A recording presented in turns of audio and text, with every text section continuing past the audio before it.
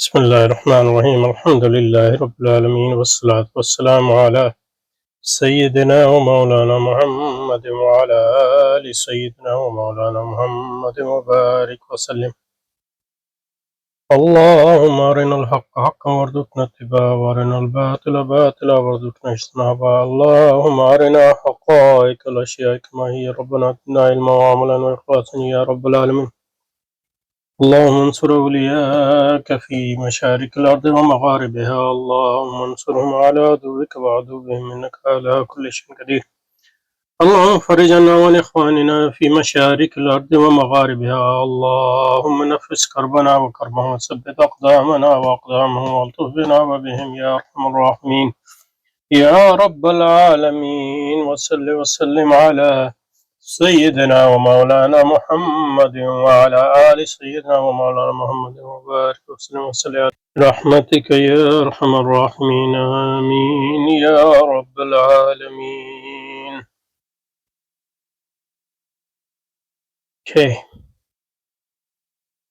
so we're going to look a bit about Georg Cantor. 1845-1918, German mathematician.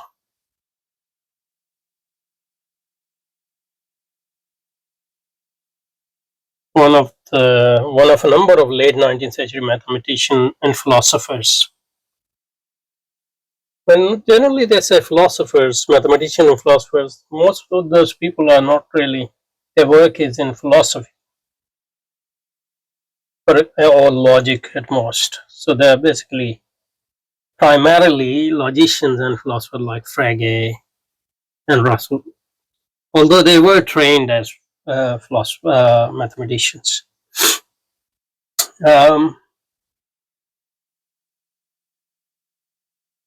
But Frege, I guess he taught in logic, in philosophy, in mathematics department as well. No, but I'm not sure. But Russell is, one should consider him primarily as a philosopher, Russell at least, and probably Frege as well. But Cantor probably is primarily a mathematician, but these are the mathematicians who worked in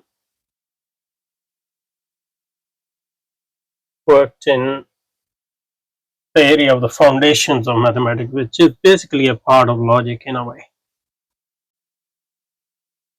So, German mathematician, one of a number of late 19th century mathematicians and philosophers who transformed both mathematics, and the study of its philosophical foundations. The philosophical import of Cantor's work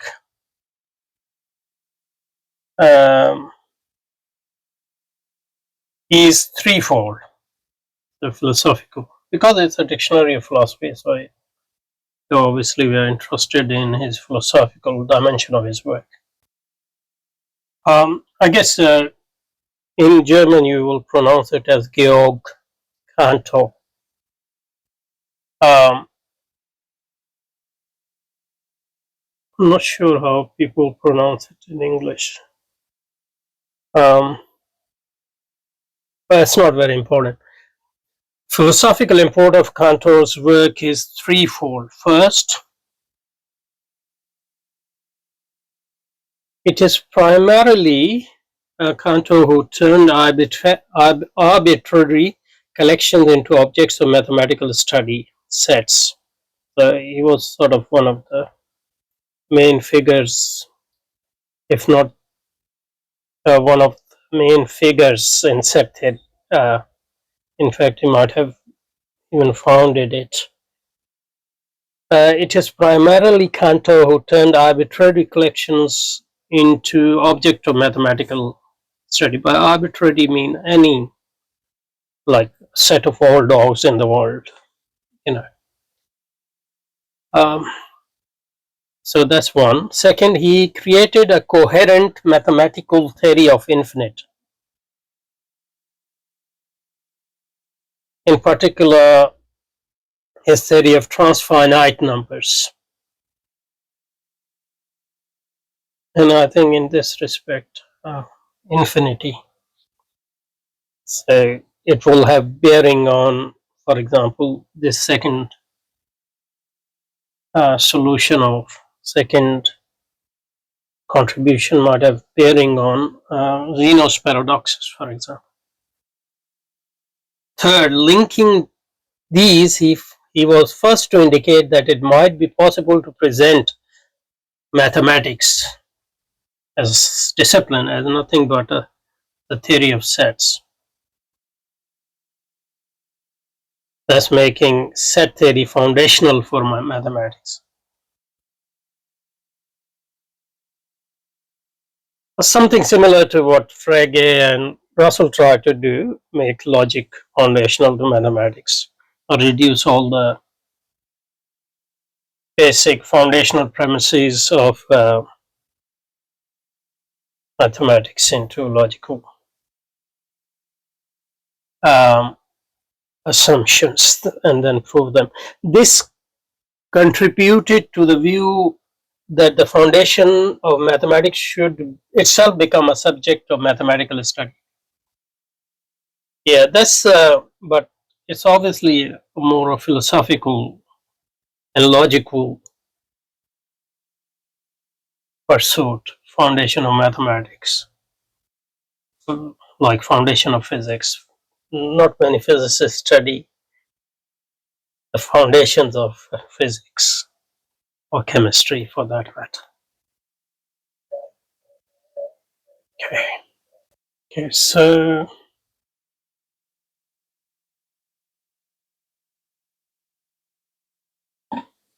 Cantor developed set theory, a concept of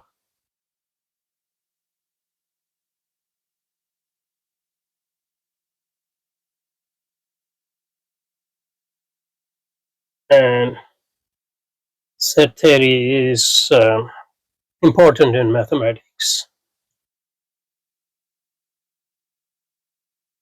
as well as in logic.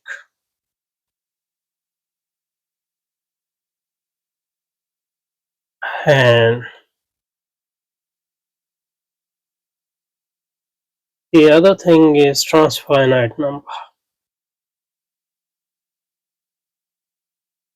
So what's the difference between infinite and transfinite?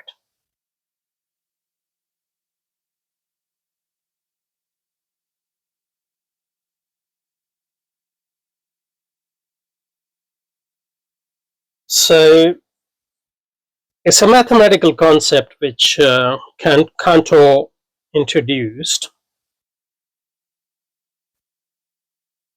So these are numbers which are indefinitely large. Come to that term, but they are still distinct from each other. So how do we compare infinite number to transfinite number? So infinite is, in a sense, even in, by infinite we mean absolute infinite.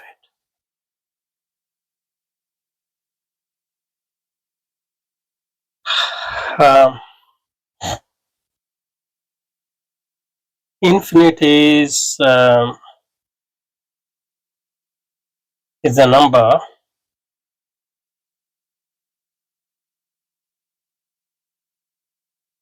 which is larger than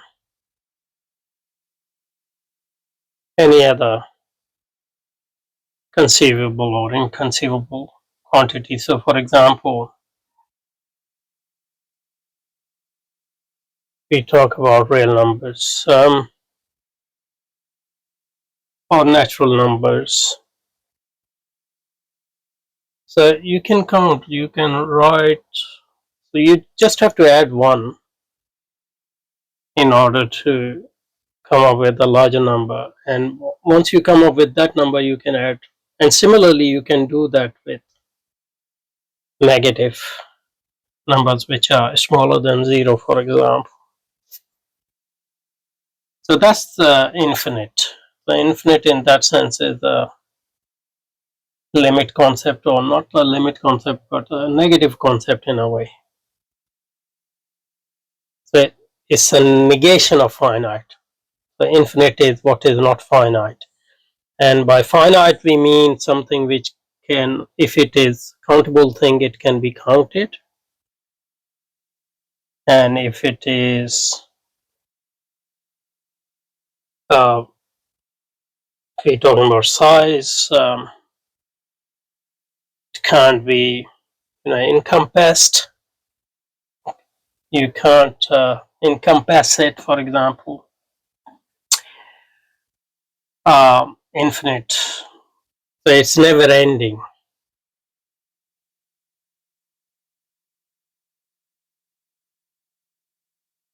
That's what we're saying. So infinite in that sense is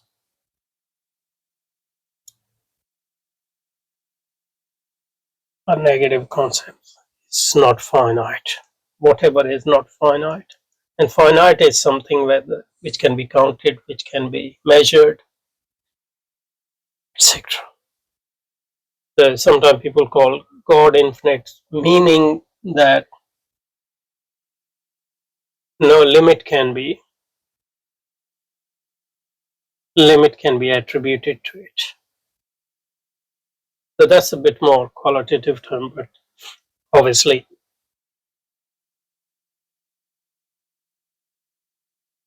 God doesn't have to have a size, but that's a beyond physical realm anyway. So there's no comparison there, but the ideas occur whether God is finite, his knowledge is finite. So that's more qualitative thing. Although knowledge can be quantitative as well, or can be seen quantitatively as well. Okay, so that's finite. What about infinite or transfinite? So transfinite is similar to the concept which like transfinite. In a way it's like infinite. Trans mean beyond finite, but still it is not very, it's not actually infinite. And in that sense it's a bit similar to what we looked at a few days ago, infinitesimal. So infinitesimal is also derived from Latin word for infinite, infinitus. But infinitesimal doesn't mean infinite, it means very small, but not infinitely small. That's what we talked about. Asheris or earlier atomists, they don't think that atom is infinitely divisible. That's how they try to resolve the Zeno's paradox. Okay, so in that sense, transfinite is very large, I guess, or very small, but it's not yet. It is not infinite exactly. So, for example, using the concept of transfinite, obviously, I'm just describing it. But if it can have any meaning, that would only be meaning in mathematical sense. If it works within a mathematical assumptions or mathematical framework. But anyway, just trying to understand the concept as far as we can. So transfinite, for example. So there is a concept of transfinite cardinals. So this concept transfinite is then used to quantify size of infinite sets. So sets are infinite. So if they are infinite, how can you quantify their size? So transfinite cardinals, the concept of transfinite is used to quantify the set of size of infinite sets. For example, natural numbers. Counting wise, they are infinite. You can't count the end, because when you stop, there would be, you can just need to add one. And similarly on the other direction, obviously not in this, meaning it has a, so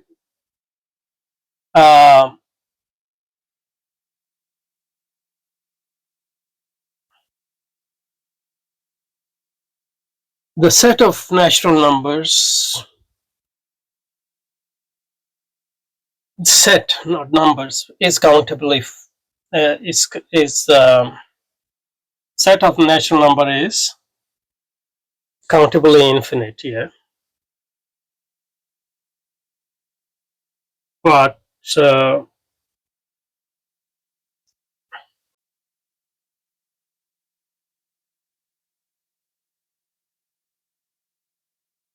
this the set of natural number is countably infinite, as I said. But using the concept transfinite, Cantor claims that it has the same size, that set the same size as the set of natural numbers. And he does the similar sort of thing with transfinite ordinals, or the concept of transfinite ordinal. But so far, what we have seen is we have transfinite, which is not the same as infinite, as infinitesimal is not the same as infinite. Okay. Cantor has also held up to a form of principle of plenitude abundance, I guess. The belief that all infinites in the world, even in his theory of transfinite numbers, are represented not just as mathematical or imminent reality, but also in the transient reality of God's created world. Why is calling mathematical imminent reality? Wouldn't it be a transcendent reality of some sort?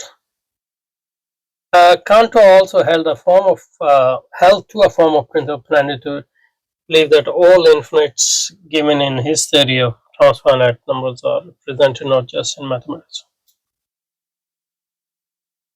Are they part of physical world, or they can describe physical world? Not sure. Cantor's main direct achievement in his theory of n infinity. Cantor's main direct achievement is his theory of transfinite numbers n infinity. The theory of transfinite numbers and infinity is his direct achievement. He characterized, as did Frege, sameness of size in terms of one-to-one correspondence. Thus accepting the paradoxical result known to Galileo and others, the set of all set. So the collection of all natural number has the same cardinality or size as that of even numbers, for example, which seems contradictory, isn't it? Because even number, I guess, is a subset of all natural numbers. So he added to these surprises. By showing that there is the same number of algebraic and thus rational number as there are natural numbers, but that there are more points on a continuous line, then there are natural or rational algebraic number. Is that a geometric concept of he's talking about physical line? Thus revealing that there are at least two different kinds of infinity present in ordinary mathematics. Two different kinds. So I guess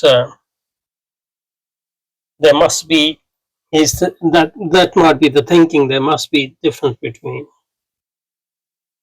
a set of all natural or set of all natural numbers is infinite, and set of all even numbers is infinite. And if even numbers are subset of set of all natural numbers, then there must be two different types of infinity working in those two. So natural number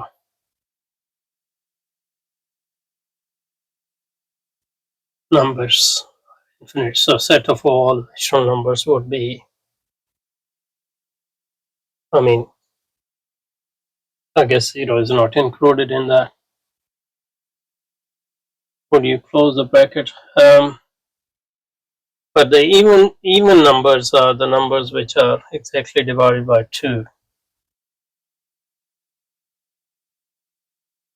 So that would be like 2, 4, 6, 8, 10. So this is obviously a subset of these. But and both are infinite. So unless you can prove that the infinity is different, and I guess he will do that through their sizes, and that's why transfinite numbers are important. The concept is important. Intuitively, you are facing a contradiction that the subset of a set is also infinite.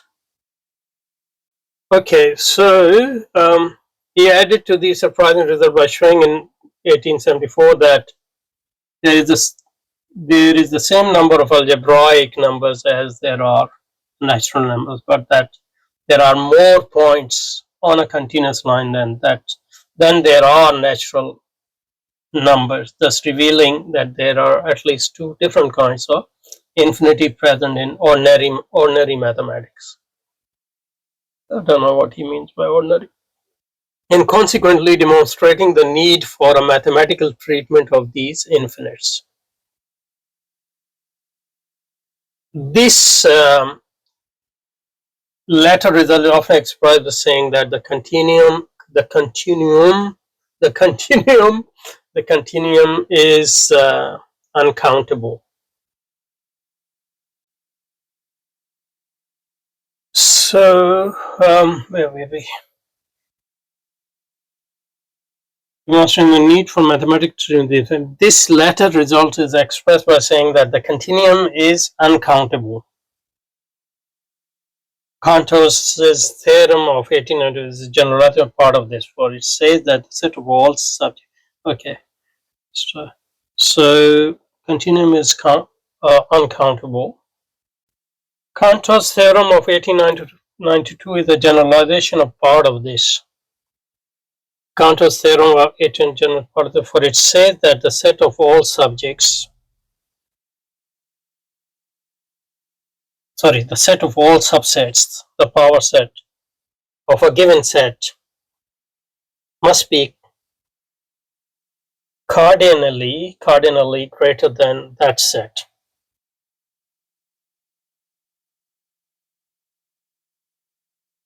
Thus giving rise to possibility of indefinitely many numbers, indefinitely many different infinities. That type of infinity, collection of all real numbers, which are basically all numbers except for the complex number, has the same size. the power set of natural numbers, which is a subset, which is the set of all subsets. So that's a similar sort of idea, which I said natural number and even number. Cantor's theory of trans-infinite. So that's how the collection of all real numbers has the same size as the power set of all. So size. Cantor's theory of trans-infinite numbers was his developed mathematical theory of with the infinite cardinal numbers, the aleph numbers, which is the first letter of Arabic and Hebrew, based on the infinite ordinal numbers that he introduced in 1889. The aleph numbers are in effect the cardinalities of infinite well-ordered set. The theory thus generates two famous questions: whether all sets, in particular the continuum, can be well ordered, and if so, which of the aleph numbers represent the cardinality of the continuum. The former question was answered positively by Milo in 1940, though at the expense of postulating one of the most controversial principles of the history of mathematics, the axiom of choice. The latter question is the celebrated continuum problem. Cantor's famous continuum hypothesis is his conjecture that cardinality of the continuum is represented by aleph 1, the second aleph. Ch was shown to be independent of the usual assumption of set theory of Gödel and Cohen. Extension of Cohen's method shows that it is consistent to assume that the cardinality of continuum is given by almost any of the vast array of aleph numbers. The continuum problem is now widely considered insoluble. The